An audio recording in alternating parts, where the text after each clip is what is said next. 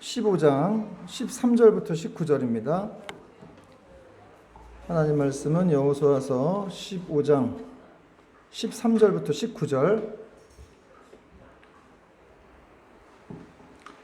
여호수아서 구약 성경 343페이지 있습니다. 찾으신 줄 알고 교독하겠습니다. 여호와께서 여호수아에게 명령하신 대로 여호수아가 기럇 아르밧 곧 헤브론을 유다 자손 중에서 분깃으로 여분네 아들 갈렙에게 주었으니 아르밧은 아낙의 아버지였더라.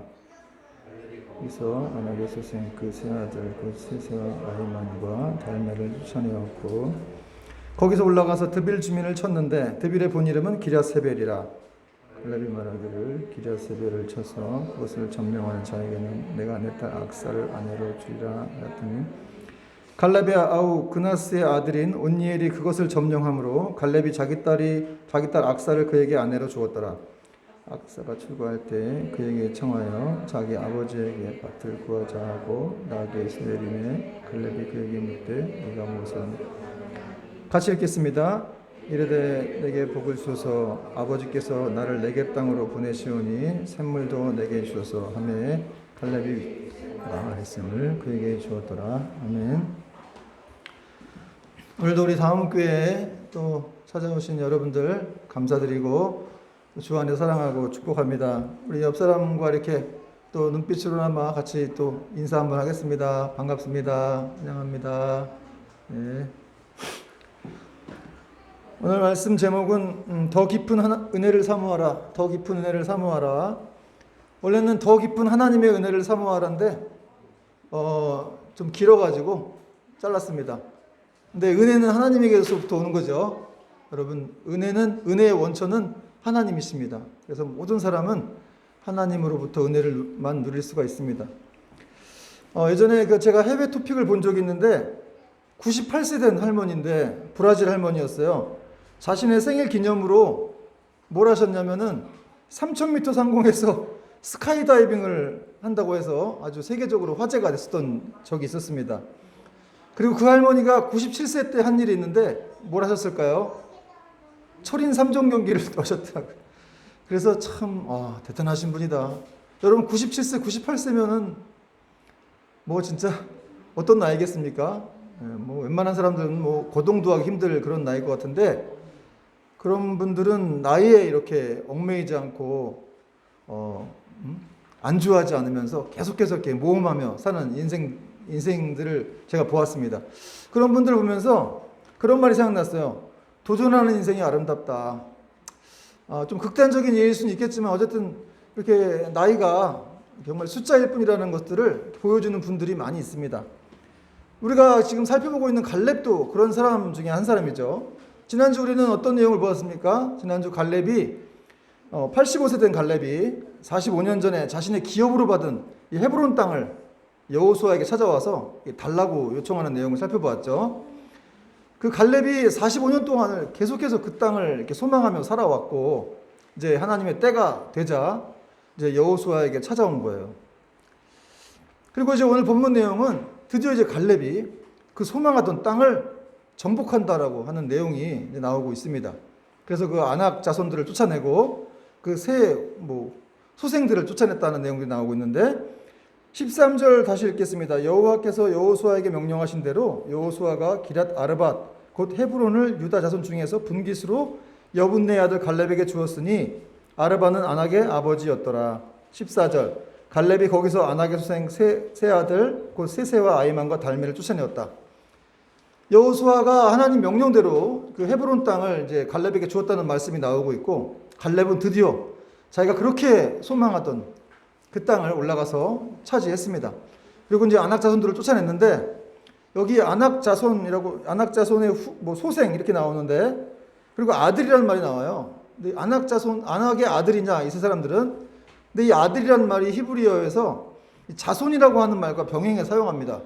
그러니까 아들이 아니라 사실 후손이에요.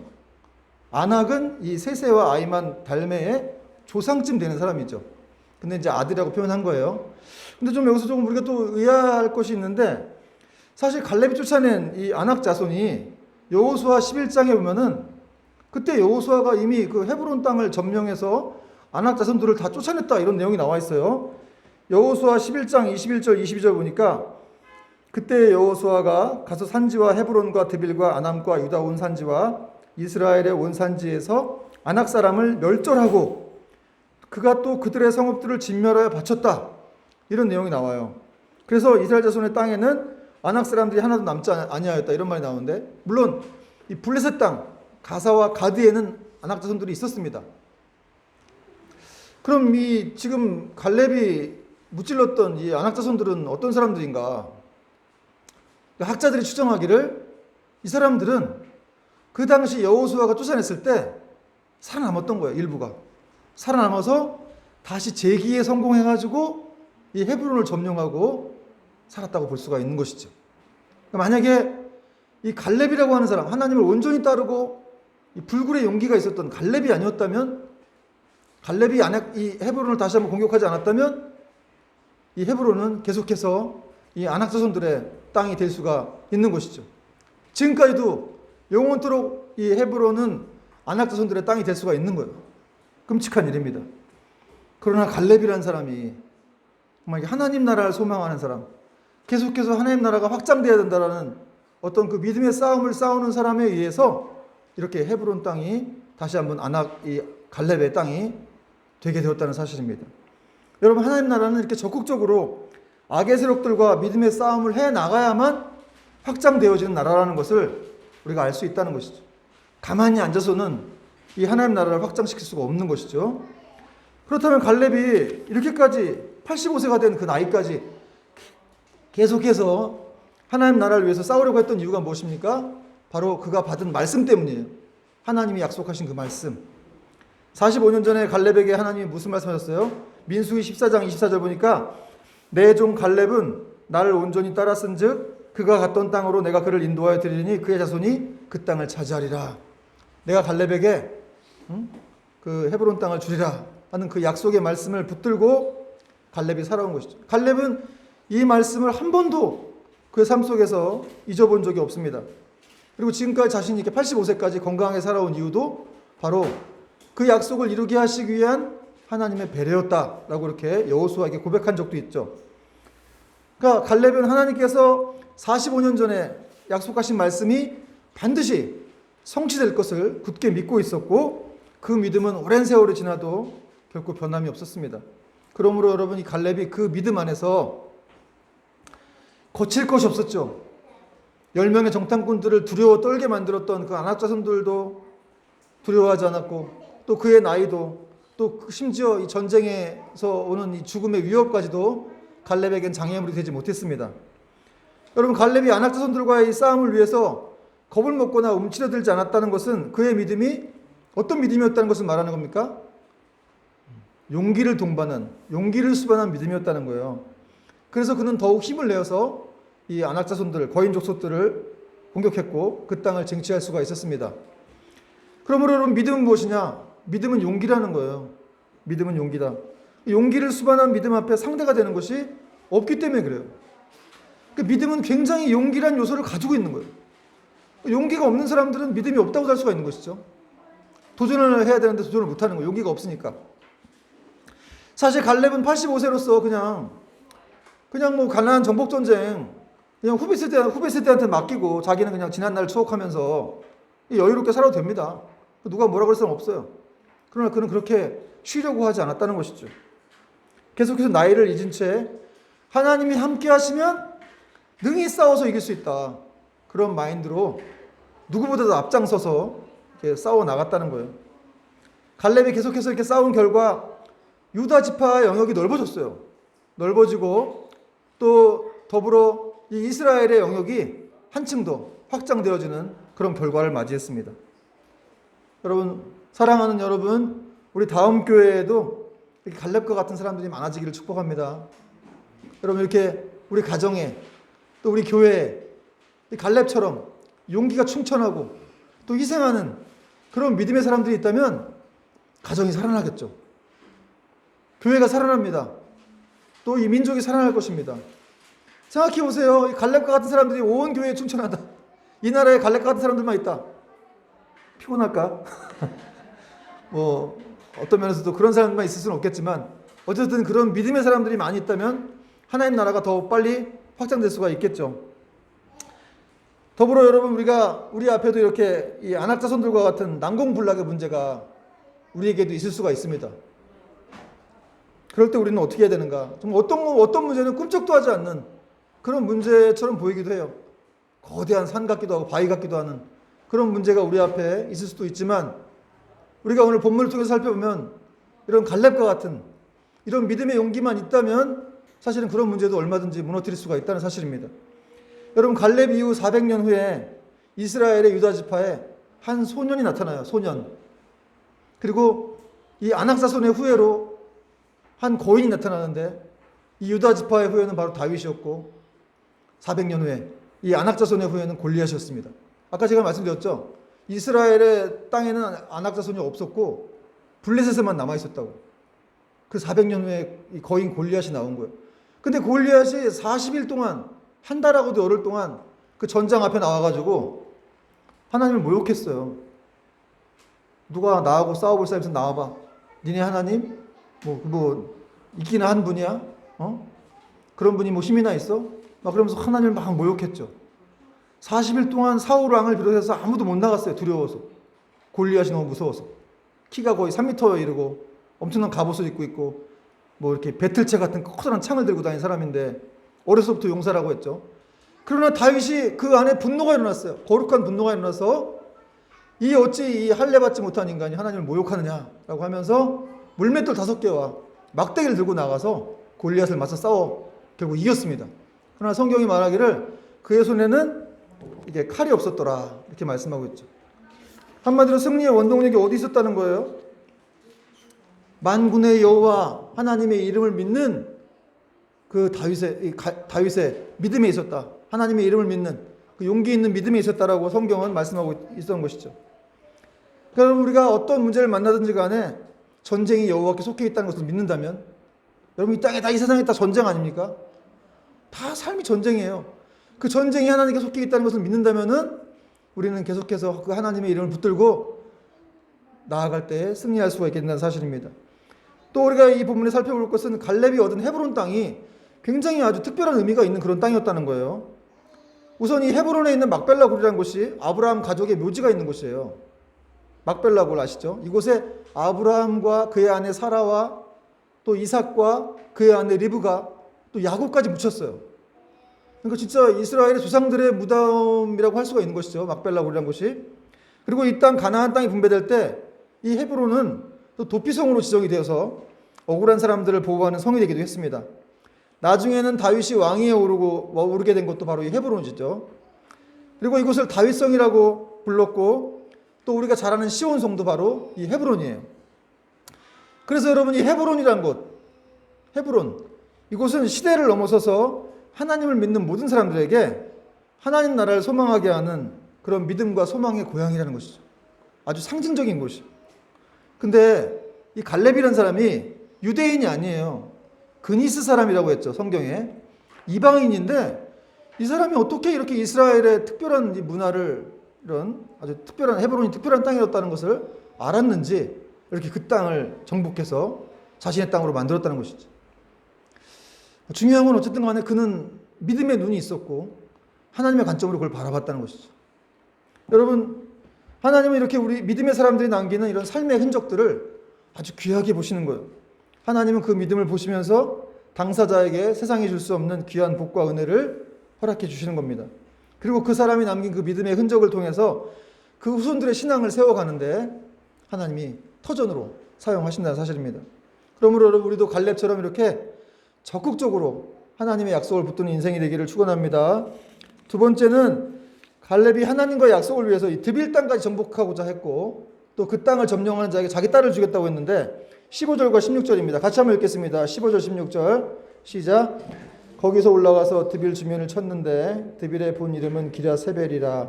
갈렙이 말하기를 기랴세벨을 쳐서 그것을 점령하는 자에게는 내가 내 딸 악사를 아내로 주려 하였더니. 이 드빌이라는 땅, 이 다른 이름이 기랴세벨이에요. 이 갈렙은 헤브론의 땅에 만족하지 않고 안주하지 않고 또 올라가서 또 드빌 땅을 점령하고자 했어요. 그리고 드빌 땅을 점령하는 자에게 자기 딸들까지 주겠다. 이 드빌이라는 말의 의미가 체계 도시 이런 뜻이에요. 체계 도시. 그러니까 그 말 그대로 이렇게 학문이 높은 도시였고 산업도 번창한 곳이었고 아주 이 높은 지대에 있어서 난공불락의 성이었습니다. 이런 사실들 통해서 갈렙이 얼마나 이렇게 사기가 충천한 사람이었는지, 패기가 충천한 사람이었는지 보게 되죠. 아마 그를 보고 많은 병사들이 자극을 받아가지고 더 열심히 싸우려고 했을 거예요. 85세의 노인이 그렇게 열심을 내는데 어떤 사람들이 또 이런 사기가 충천되지 않겠습니까? 이처럼 갈렙은 말과 행동이 같은 사람이었다는 것이죠. 또한 헤브론과 드빌이 아주 난공불락의 성이었다는 것은 하나님께서 이 가나안 땅을 주시겠다고 약속하셨음에도 대가 없이 그냥 거저 주시는 분이 아님을 또 우리가 보게 됩니다. 나사로를 살리실 때도 이렇게 문을 이렇게 돌을 치우게 하셨죠. 굴에 있는 돌문을 치우게 하시고 그런 굴려내는 수고를 하게 하신 다음에 나사로를 살려주십니다. 여러분, 하나님이 이렇게 우리에게 삶 속에서 약속하신 일임에도 불구하고 거저 주시지 않고 이렇게 믿음의 싸움을 하게 하시는 경우가 있어요. 왜 그러시는 겁니까? 어떤 그런 시험처럼 보이는 훈련을 통해서 우리의 믿음을 더 이렇게 정금 같은 신앙인으로 만들어 가게 하시려는 하나님의 뜻이 있다는 것이죠. 그러니까 하나님의 나라가 그냥 거저 얻어지는 게 아니라 장애물이 있다는 거예요. 그 보물을 얻기 위해서. 뭐 인디아나 존스 같은 영화를 보면 여러분 진짜 그 보물을 찾으러 들어갈 때 막 장애물들이 많이 있잖아요. 근데 결국은 그 보물을 만나지 않습니까? 그 장애물을 다 거치고 나면 그런 거예요. 하나님 나라가 그렇다는 것이죠. 저도 이번 주 정말 이제 제가 이제 드디어 강서구에서 집을 구했습니다. 할렐루야. 감사합니다. 근데 집 구하는 게 너무 힘들었어요. 아니 정말 있을 것처럼 보이다가도 가보면 없고 가보면 뭐가 또 안 되고 문제가 안 되고 막 이래서 너무 힘들더라고. 아니 도대체 하나님께서 이 가곡동으로 부르셔가지고 나를 지금 어떻게 이렇게 주님이 너무 하시는 거 아닌가요? 뭐 이렇게 기도도 하면서 집 좀 주세요. 막 사실 요새 전세 난이기 때문에 뭐 집도 없기도 한데 어쨌든 구했는데 얻을만 하면 또 뭐가 또 뭐 다른 게 문제가 터져가지고 안 되고 계속 그랬어요. 그래서 제가 그저께 이제 제가 몸살이 좀 나가지고 이게 오늘 교회에 오는 걸 너무 걱정됐어요. 사실은 몸살 나가지고 사람이 마음 고생을 하니까 이렇게 몸도 아프구나. 그러니까 여러분들이 회사 생활하면서 뭐 사업을 하면서 그 마음속 심적인 고통이 얼마나 클까 이런 생각을 또 해보게 됐습니다.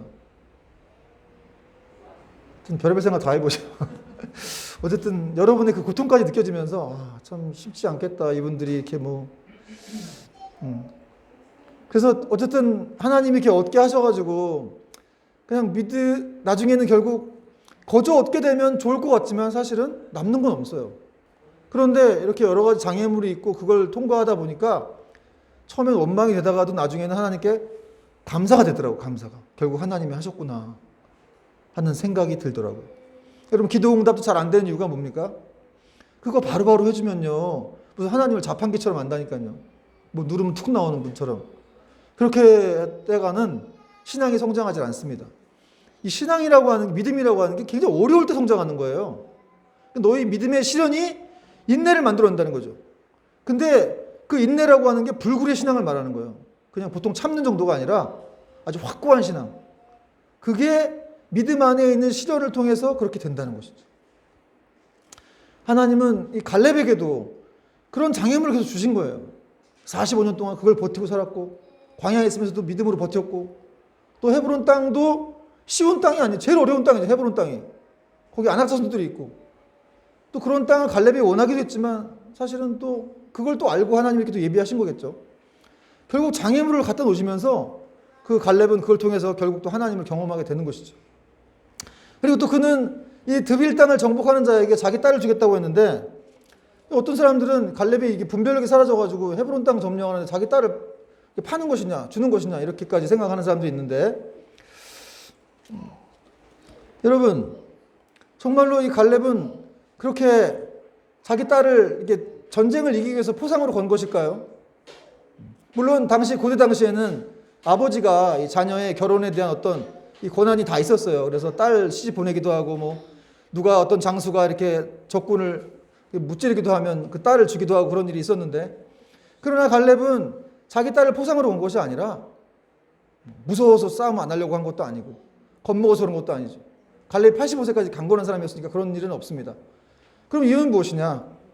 그것은 바로 자신이 이렇게 헤브론 땅을 차지하는 일이 자신과 함께하는 모든 사람들의 일이 되게 하고 싶었다는 거예요. 자신만 그 승리의 어떤 이런 공헌을 얻는 것이 아니라 나와 함께하는 모든 사람들이 그 기쁨을 누리게 하기 위해서 그렇게 이 땅을 같이 점령하자. 이 땅을 점령하자니 내 딸을 주겠다라고 말씀했다는 것이죠. 그러니까 혼자 할 수도 있지만 함께하는 것을 원했다는 거예요. 이렇게 항상 갈렙은 남들을 섬기고 배려하고 뒤에서 묵묵히 이렇게 응원해주는 그런 사람이었습니다. 그러니까 여러분 여호수아하고도 이렇게 같이 있을 때도 항상 뭐 갈렙이 시기를 했다던가 뭐 원망했다던가 이런 말이 없잖아요. 그는 항상 2인자로서 여호수아와 갈렙이 똑같이 그 믿음의 말들을 해서 하나님께 칭찬받은 사람이었는데 하나님이 여호수아만 선택하고 어떻게 보면 갈렙은 또 이렇게 유다 지파의 대표가 됐지만 그런 면에서 원망할 수도 있겠지만 그런 말이 없어요. 항상 묵묵히 2인자로서의 삶을 잘 살아왔다는 것이죠. 여러분 이것이 바로 이렇게 참 믿음이 있고 그 믿음의 능력을 아는 사람들이 가지고 있는 공통적인 모습입니다. 이런 사람들은 항상 자신이 가지고 누리고 있는 그런 믿음의 능력과 축복을 다른 사람들도 함께 누렸으면 하는 그런 간절한 바람이 있다는 것이죠. 그리고 어떻게든 그 복을 누리도록 도와주고 싶어 하는 거예요. 여러분 혹시 우리는 우리 혼자 다 이렇게 영광을 차지하려고 하는 그런 모습은 없는지 돌아봤으면 좋겠고 꼭 내가 주인공이 돼야만 하는 그런 모습은 없는지 살펴봤으면 좋겠습니다. 여러분 좀 인정 못 받고 뭐 좀 주목 좀 못 받으면 어떻겠습니까? 예전에 어떤 연예인들이 이렇게 자살을 한 일이 있었는데 참 안타까운 일이었죠. 근데 그 이유가 이게 자기를 안 불러준다는 것이 이유였어요. 이렇게 주연으로 몇 번 출연을 했다가 이게 나중에는 안 불러주니까 자꾸 잊혀지는 게 너무 괴로워서 이렇게 극단적인 선택을 했습니다. 너무 안타깝더라고요. 여러분 꼭 주연 배우로만 살아야 되는 거 아니잖아요. 그죠? 인생이란 게 얼마든지 이렇게 조연으로 살면서도 롱런하는 그런 인생이 될 수가 있는 겁니다. 그래서 저는 이렇게 주연 배우들보다 더 이렇게 조연 배우들이 더 정감 있고 좋은 것 같아요. 우리나라에도 뭐 정말 훌륭한 조연 배우들이 많죠. 누가 있나요? 갑자기 생각이 안 나네. 오정세, 뭐 조세호. 조세호는 배우가 아니군요. 유퀴즈에 나오는 사람이네요. 네, 그런 어쨌든 뭐 유재석에 비하면 조연이죠. 그런 어떤 좀 옆에서 이렇게 받쳐주는 역할을 하는 사람들. 또 예전같이 뭐 예전의 배우들을 얘기하자면 뭐 강부자 씨, 삼미자 씨 이런 식으로 이병헌, 전지현 뭐 이런 식으로 안 살아도 되지 않습니까? 좀 이렇게 조연으로 사는 인생도 얼마든지 행복하다는 것이죠. 남들을 기쁘게 해줄 수 있다는 겁니다. 그러므로 여러분 기쁨도 나누면 두 배라는 말이 있듯이 우리가 믿음도 나누면 두 배가 되고요. 사랑도 나누면 두 배가 되고 은혜도 나누면 두 배가 될 수가 있어서 진정 행복한 삶을 살 수가 있게 되는 겁니다. 물론 물질도 나누면 두 배가 되겠죠. 물질 나눠야 됩니다. 여러분 최근에 얼마 전인가요? 용감한 형제라는 작곡가가 자기 재산 수백억 원을 20년 안에 다 기부하겠다.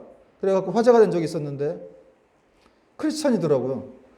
그래서 평소에도 이렇게 종로 탑골공원에 가가지고 도시락 300개를 들고 그 할아버지들한테 다 나눠준다고 그렇게 얘기를 하더라고요.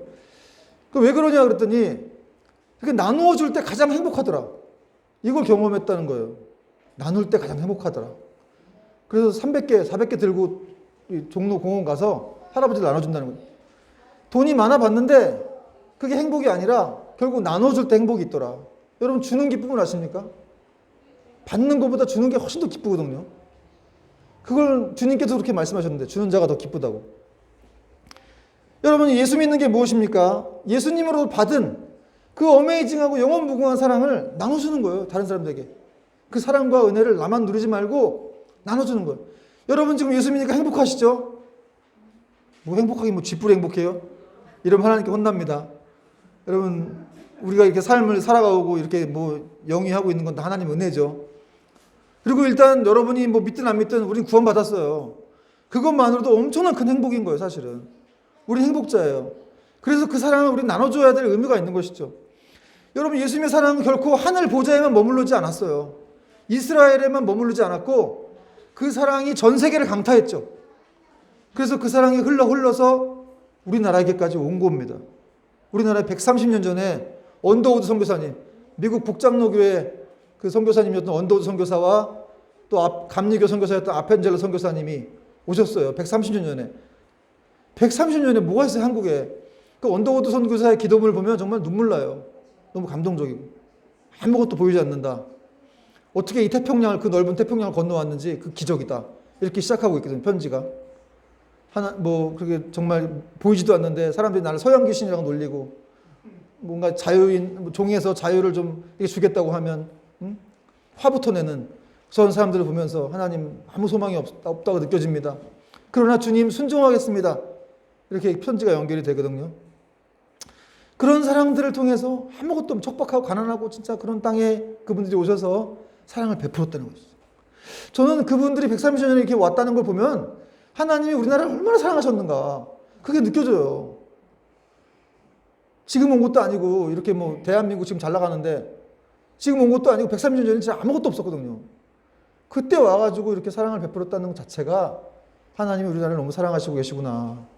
여러분, 우리도 지금 그 사랑을 베풀어야 한다는 것이죠. 여러분은 하나님으로부터 사랑을 엄청 많이 받고 있는 사람들이에요. 그걸 인정하셔야 돼요. 성경이 그걸 증거하고 있고, 제가 또 하나님의 오늘 대변자로서 제가 또 이렇게 증거하고 있죠. 여러분은 하나님의 사랑을 엄청나게 아주 무한정 받고 계시는 그런 분이죠. 자, 오늘 세 번째 마지막으로 하나님의 더 깊은 은혜를 사모해야 된다는 건데, 자, 18절부터 19절 한번 읽겠습니다. 18절 19절 시작. 악사가 출가할 때에 그에게 청하여 자기 아버지에게 밭을 구하자 하고 나귀에게 내리매 갈렙이 그에게 묻되 내가 무엇을 원하느냐 하니 이르되 복을 주소서 아버지께서 나를 내게 땅으로 보내시오니 샘물도 내게 주소서 하매 갈렙이 윗샘과 아랫샘을 그에게 주었더라. 악사라는 사람이 갈렙의 딸이에요. 근데 아까 드빌 땅을 정복하는 자에게 갈렙이 자기 딸 주겠다 그랬죠. 그래서 온니엘이라고 하는 나중에 이제 사사기에 보면 사사가 되는데 참 그 믿음의 사람들이 그렇게 또 지도자가 됩니다. 그 온니엘에게 이제 악사를 주게 되는데 악사가 출고할 때 그녀의 아버지인 갈렙이 넌 무엇을 원하냐 이랬더니 이 악사가 돈과 보석을 달라고 하지 않고 이 땅과 함께 샘물을 달라고 얘기를 합니다. 이 샘물을 구하는 건 당시 육적인 어떤 이 복이 아니라 영적인 축복을 구하는 것이었어요. 보통 당신은 땅만 달라고 이렇게 하는 게 일반적인데 이 악사가 샘물까지 달라고 한 거예요. 악사가 가야 할 네겝 땅, 네겝 땅이 이 유다의 지파가 얻은 헤브론 땅에 제일 남쪽 경계에 있는 땅이에요. 그래서 굉장히 거칠고 아주 메마른 적막한 땅이었는데 그런 땅이다 보니까 샘물이 필요하겠죠. 그래서 샘물을 구했어요. 그 땅과 함께 샘물을 담대하게 구했습니다. 그 시집갈 때 자기 아버지한테 말하면서 이렇게 담대하게 구하는 걸 보니까 좀 뭔가 이렇게 좀 서운해할 줄 알았는데 그런 표정은 없고 그냥 시집가는 거 좋아가지고 이렇게 담대하게 이렇게 구하는 걸 보면서 참 딸도 소용없구나 이런 생각 들기도 하고 어쨌든 그렇게 영적 후손 갈렙의 영적 후손으로서 일으킬 땅을 위해서 그렇게 이제 땅과 함께 샘물을 구합니다. 그러자 아버지가 참 이 아버지가 멋지죠. 갈렙이 19절에 보니까 높은 지대에 있는 샘과 낮은 지대에 있는 샘까지 두 개를 줍니다. 19절 보세요. 읽어보겠습니다. 19절 시작. 이르되 복을 주소서 아버지께서 나를 네겝 땅으로 보내시오니 샘물도 내게 주소서 하매 갈렙이 윗샘과 아랫샘을 그에게 주었더라. 여러분, 갈렙이 자기의 딸의 결혼 신혼 선물로 높은 지대에 있는 샘과 낮은 지대에 있는 샘까지 두 개를 줬어요. 그냥 딸은 어쨌든 하나만 줘도 감사할 지경인데 여러분 이 팔레스타인 지역에 이 샘이 얼마나 귀합니까? 너무너무 귀하잖아요. 근데 그걸 두 개나 줬다는 거죠. 그러니까 아마 이 결혼 선물로 이 악사가 농사를 지을 때 아마 이 농업 용수가 풍부했을 거예요. 생활 용수라든지 그런 것들이 풍부했겠죠. 여러분 이것이 바로 그 자녀를 향한 아버지의 마음입니다. 더 주고 싶은 거야. 저는 이걸 묵상하면서 우리 하나님 마음은 어떠실까? 우리 아버지, 인간 아버지가, 어머니가 이 정도의 마음을 갖고 있다면 우리 하나님 아버지의 마음은 얼마나 더 크실까?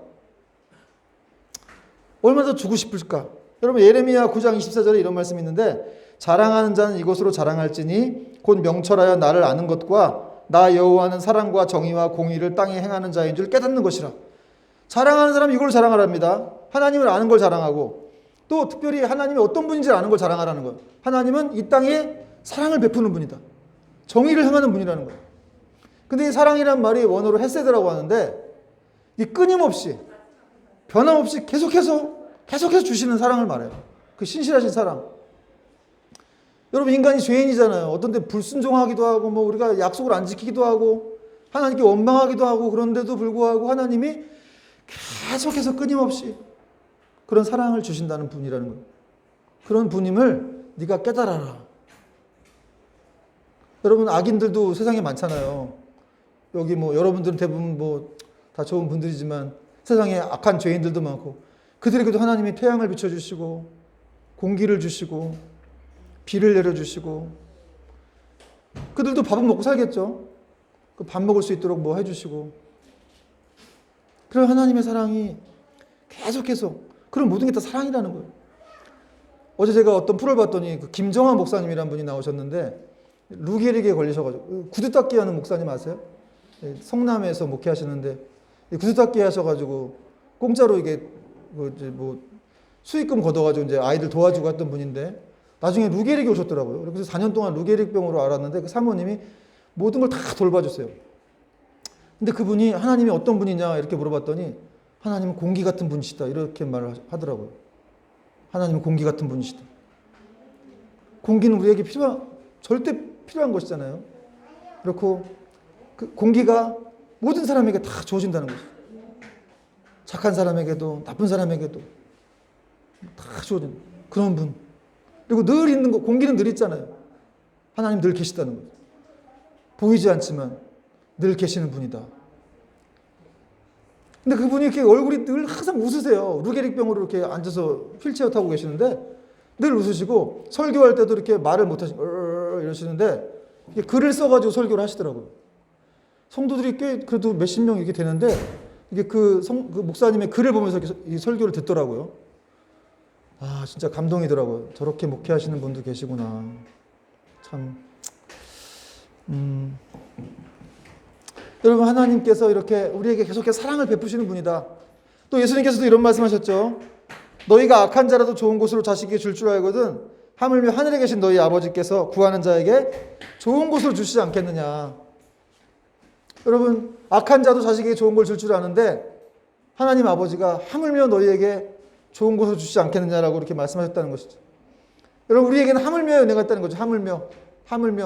이 하물며라는 게 말론이라고 하는 헬라어인데 어떤 동일선상에 있는 비교할 수도 없는 그런 것을 비교함으로써 이렇게 더 높이는 걸 말하는 거거든요. 강조하는 건데 하나님을 예수님께서 이렇게 악한 자와 같이 이렇게 악한 자에게까지 이렇게 비교를 하시면서 하나님이 어떤 분이신지 악한 자가 그렇게 악한 자도 자기 자식에게 좋은 것을 줄 줄 알고 사랑할 줄 아는 그런 사람이라면 하나님은 어떤 분이시겠느냐 이렇게까지 말씀하시면서 비유하고 계신다는 거예요. 그러므로 여러분 우리도 오늘 본문의 중요한 메시지인데 악사와 같이 이렇게 믿음을 가지고 하나님께 좀 적극적으로 나아가는 저와 여러분 되기를 바랍니다. 그리고 믿음이란 걸 생각할 때 그냥 믿음이라고 얘기하면 그냥 가만히 있는 걸 생각할 때가 많은데 믿음은 가만히 있어도 되는 거지만 사실은 그렇지 않아야 될 때도 있는 거예요. 오늘 본문의 18절 19절의 이 악사의 내용은 믿음은 찾고 구하는 것이다 이런 걸 얘기하고 있거든요. 그리고 오늘 악사 말고 17장에는 슬로우부앗의 딸들이 나와요. 슬로우부앗이라는 사람이 있는데 그 사람에게는 아들이 없었어요.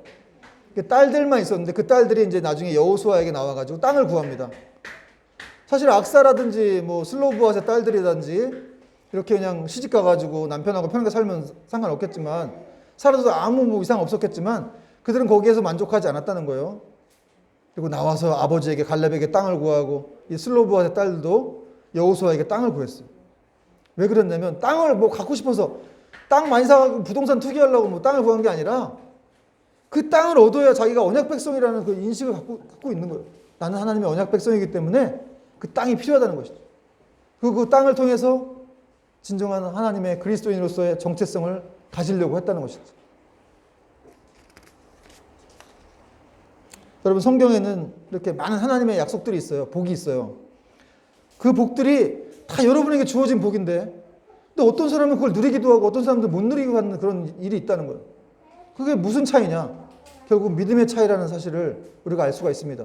그래서 믿음의 크기가 바로 축복의 크기라는 것을 알 수 있습니다. 그 예수님께서도 너는 믿음이 작다. 왜 나를 의심했느냐? 믿음이 작은 자들아. 가나안 여인에게는 네 믿음이 크도다. 응? 또 말씀하셨고, 이 백부장에게는 뭐라 하셨어요? 내가 이 이스라엘 중에서 이만한 믿음을 만나본 적이 없다. 이런 말씀하시면서 이 작은 믿음이 있고 큰 믿음이 있다는 걸 말씀하셨죠. 여러분, 우리가 더 하나님이 어떤 분이신지를 알길 원하십니다. 물론 우리가 기복주의를 추구하는 게 아닙니다. 오늘 말씀 제목처럼 더 깊은 은혜를 사모하라는 거예요. 성경에 많은 은혜가 있고 축복이 있는데 그런 것들을 하나님께 이렇게 구하면서 나아가라는 것이죠. 하나님은 전능하신 분이고 다 가지신 분이시기 때문에 우리가 이렇게 구한다고 해서 그분이 이렇게 아쉬워하거나 그런 분이 아니라는 거예요.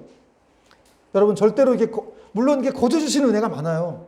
공기 같은 거, 이렇게 살아 숨 쉬는 거, 또 밥 먹고 사는 거, 모든 게 다 그냥 그려주시는 은혜지만 그런 은혜로만 만족하지 말고 여러분, 하나님 주시는 은혜가 굉장히 많습니다.